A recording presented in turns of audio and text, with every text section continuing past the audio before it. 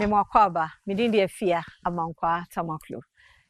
Health is Adom TV bedroom, and our ocean, and any day you can share no sani, and you are Fia, the 5 minutes be our bedroom so a casafa apomodemu. 5 minutes, and check Sabe Albania Quanco, Unuma, I would also. Now, what you say frequent urination, so Johnson tentem dog, I can't be brave a tray, and also can you only complications, I won't say beer. Yes, I know, I find so old, you show the dog, I see maybe yes,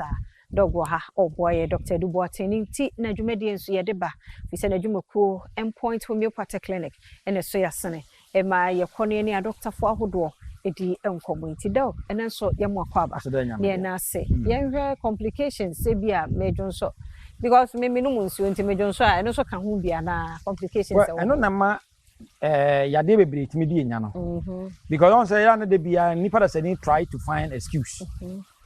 for ade bia we go through. First of all wunya ka cho bi say wo Johnson tentempe bia wo nu musu ye Johnson dey say ye Johnson ye. But said yes, ya church mu na otwi nyina no ya kire say kenipa da sani ordinarily no wo badun so be 7 to 8 times during day anadwon ka abro so ano ebia 1 or twice just enti se wo se wo de no wo dwon so be enum kosi be du anadwo na asas yes e affect quality of sleep ade be chen na wani mu nyina ye fuafua Ojonso e ka ne ho wantwa mika na okwakojo o chese wa Ojonso agu ho Jonso kan wo so otwa mika kwajonso wo kwajonso wo koye no obedu ono kra se na Jonso sia kan no beko no obechema asa na Jonso na yede aba o say matter of concern ana se wo Jonso na moja bi kra di akire ana se nsuo fitaa bi di akire ana se wo de no Jonso na wo Jonso no bo nse wayase nyina no eya wo ya e de ba wo pan chi e ba wo hips eya wo ya it should be a matter of concern. Johnson no awo Johnson no obi kra timi Johnson tentem na sebi ne so wan se wo so kra sha se ete enti apart from so Johnson tentem no you have to look out for all these indicators wo he Johnson no kala no se de sitie obi dia se moja sufin obi dia se clouds obi dia no Johnson gu wa ase de ya yam chok bi kwa ne gu ase obi de no scent e firi mu bana no ohye complications e wo muni bi ne say wan hwe say diabetes ya e bedru me be say wani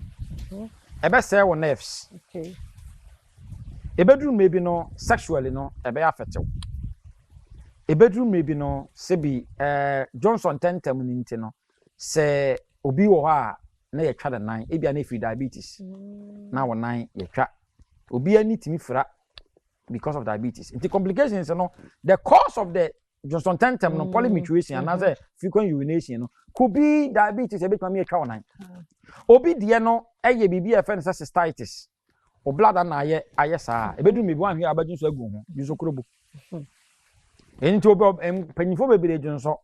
I dear chin our name crying down, Anya crying Johnson. Penina Johnson. And into be a quaint to intimate to quaint. Why we are sit not so no beso no ase ho